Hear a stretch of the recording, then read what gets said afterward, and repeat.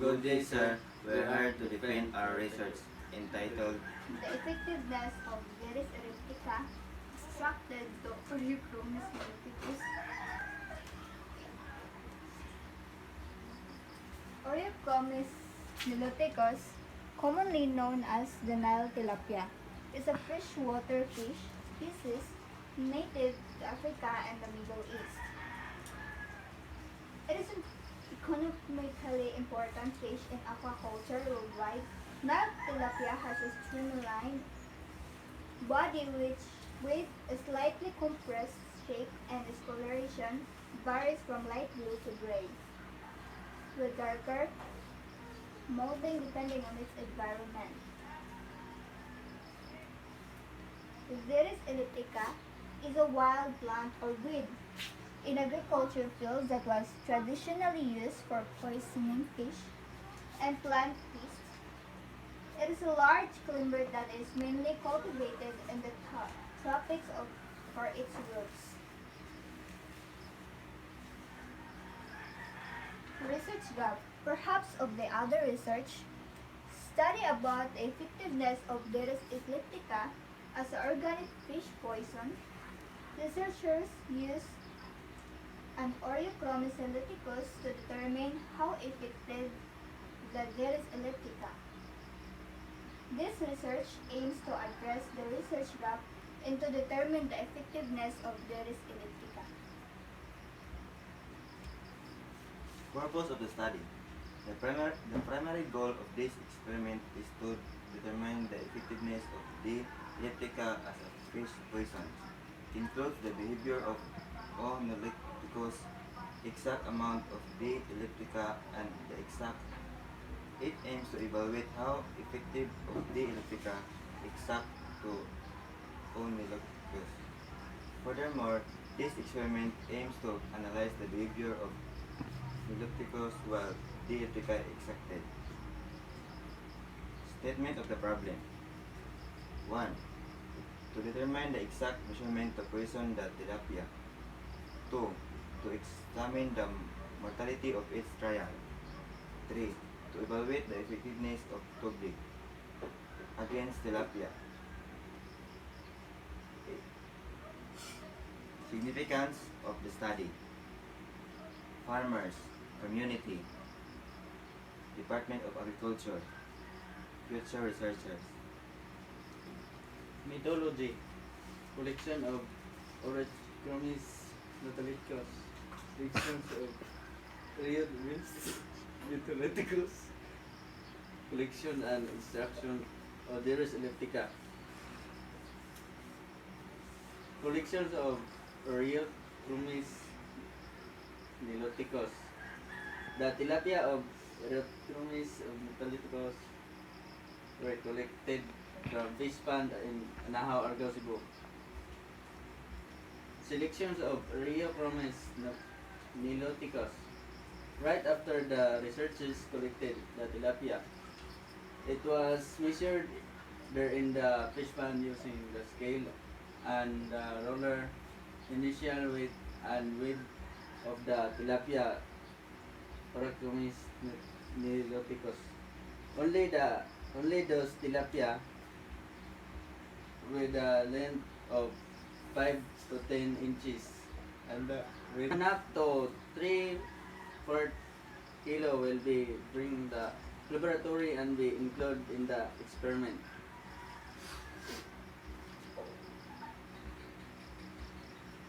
Collection and extraction of Xeris elliptica. The tubli was collected from Anahaw, Argao, Cebu in order to know or make the experiment more effective. The researchers decided to get 3 kilos of tubli.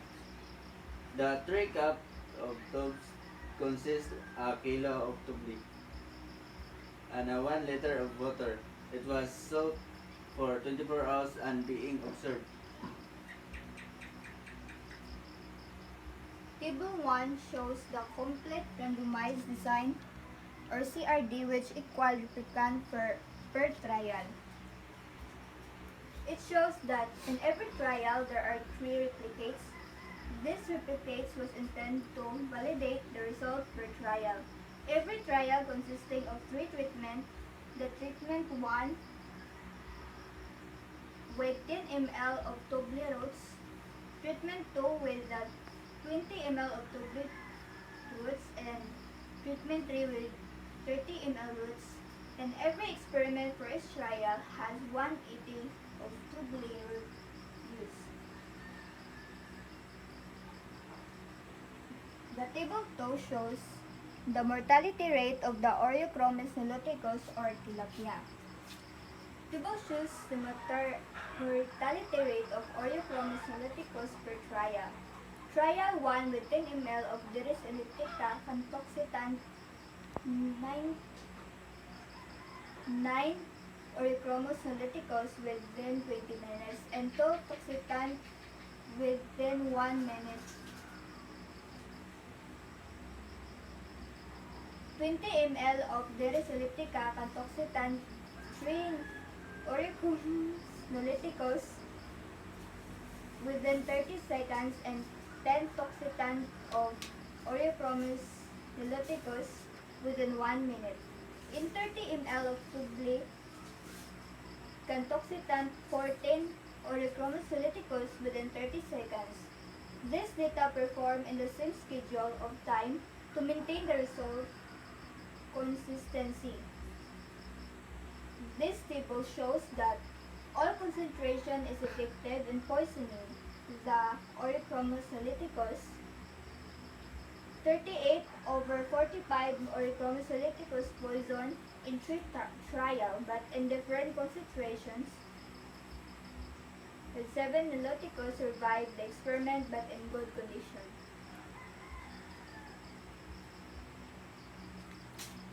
Table 3 shows a one-way ANOVA of 3 trials with 1 control group independent treatments. Table 3 displays the result of one-way ANOVA analysis on the average rating of Tobli under various treatments.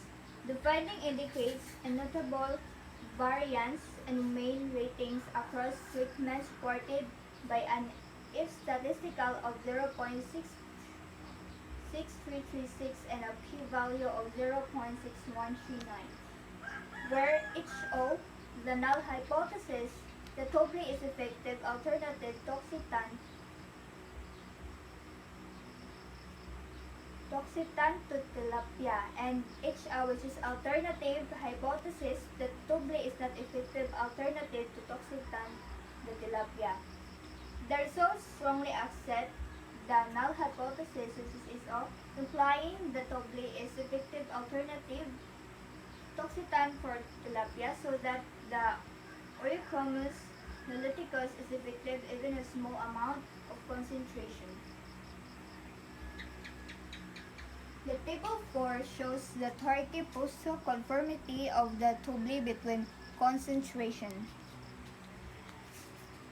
This statistical test often used following an ANOVA to make a pairwise comparison between group means to determine if they have significant difference from one another.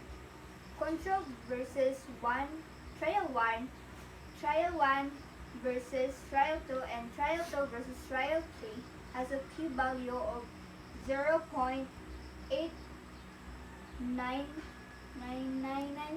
and a significant Torky is the inference.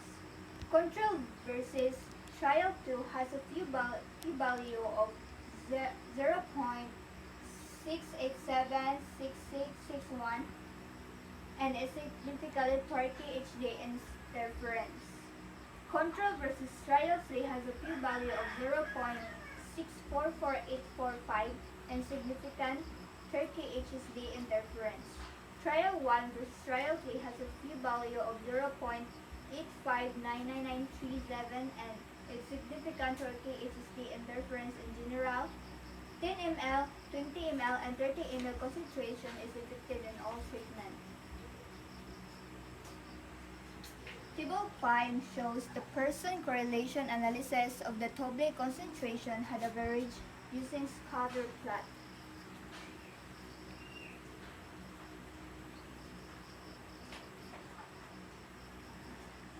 The present graph clearly demonstrates a different correlation between the concentration of Deris elliptica in x-axis and the effectiveness toxicant in y-axis. The correlation coefficient of 0.815374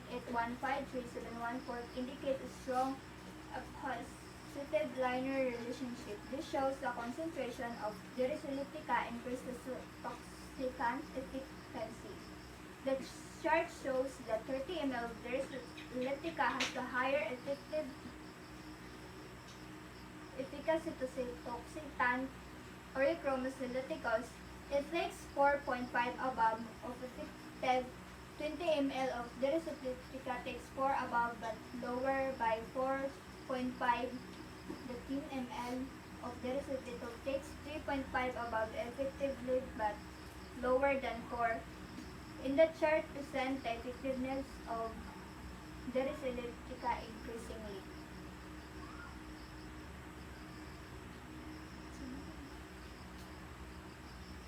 Summary. This study evaluates the effectiveness of Tobli Aegiens tilapia.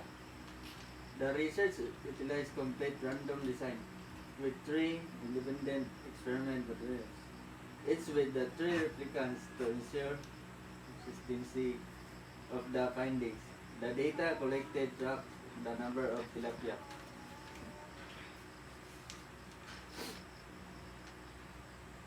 The results show the control group maintained the consistency with symptoms, while the treatment group exhibit varying levels of effectiveness. Treatment 3 to 30 ml Tobli elliptica concentration demonstrated of highest efficacy in killing tilapia. The treatment 1 to 10 of Tobli the elliptica concentration. One of an ANOVA analysis is conducted the examine of statistical significance of the difference in tilapia, the elliptica. Across of treatment groups, the results strongly accept the null hypothesis, implying that Tobli is effective alternative toxicant for tilapia. So, however, the post HOC Turkey is revealed that all treatment is significant when comparing the treatment groups to each other. Statistically significant difference were found. Additionally, a scatter plot showed moderate positive correlation between variables. Conclusion. Based on the scatter data analysis, it was conducted with different concentration of Tobli elliptica. Exact in killing tilapia, the application of Tobli elliptica exact demonstrates verifying levels of effectiveness in killing tilapia. The control group maintained the consistency with no symptoms compared to experimental group treated with various concentration Tobli. Exact treatment 3 using 30 ml of Tobli elliptica exact displayed the most effective in killing tilapia. Only ellipticus followed by treatment 2 using 20 ml of Tobli elliptica exact and treatment. Using 10 ml of Tobli elliptica exact. Despite this observed difference, statistical analysis revealed insignificant variation among the treatment group. Moreover, scatter plot analysis suggested a moderate positive correlation between the variables.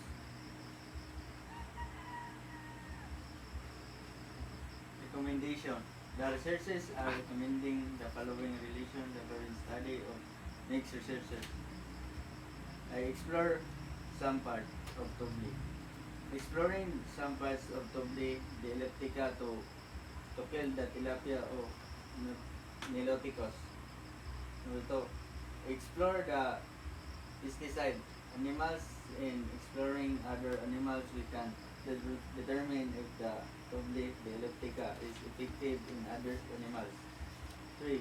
Use Toble dialectica in one fresh water, so what we can determine the effectiveness of Toble dialectica in other water.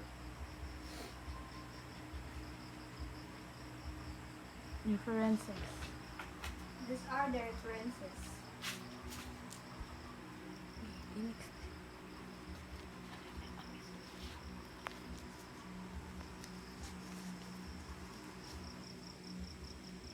These are our documentation in collecting sample. And this is our documentation in performing the experiment.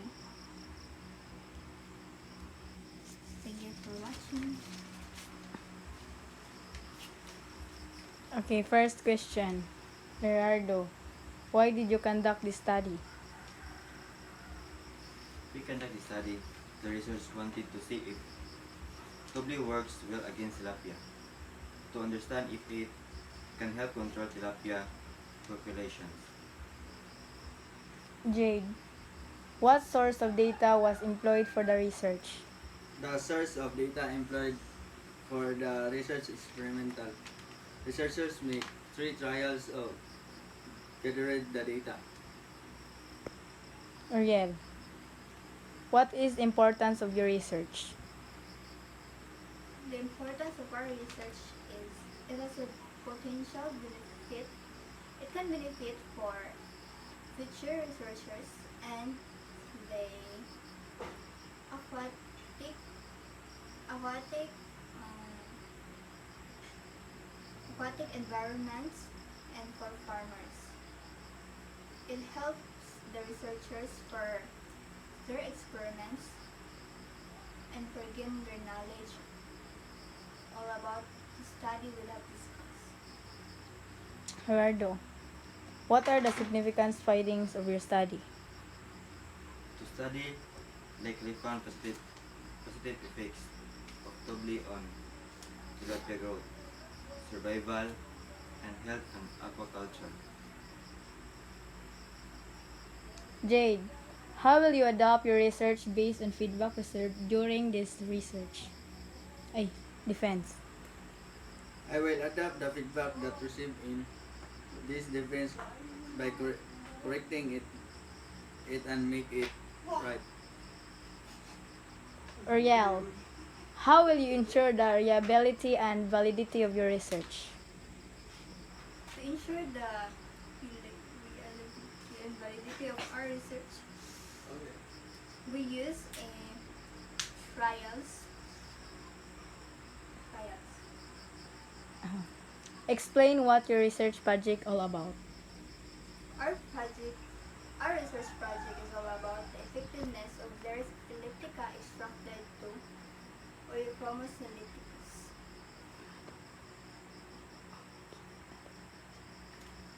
That's all. Thank you.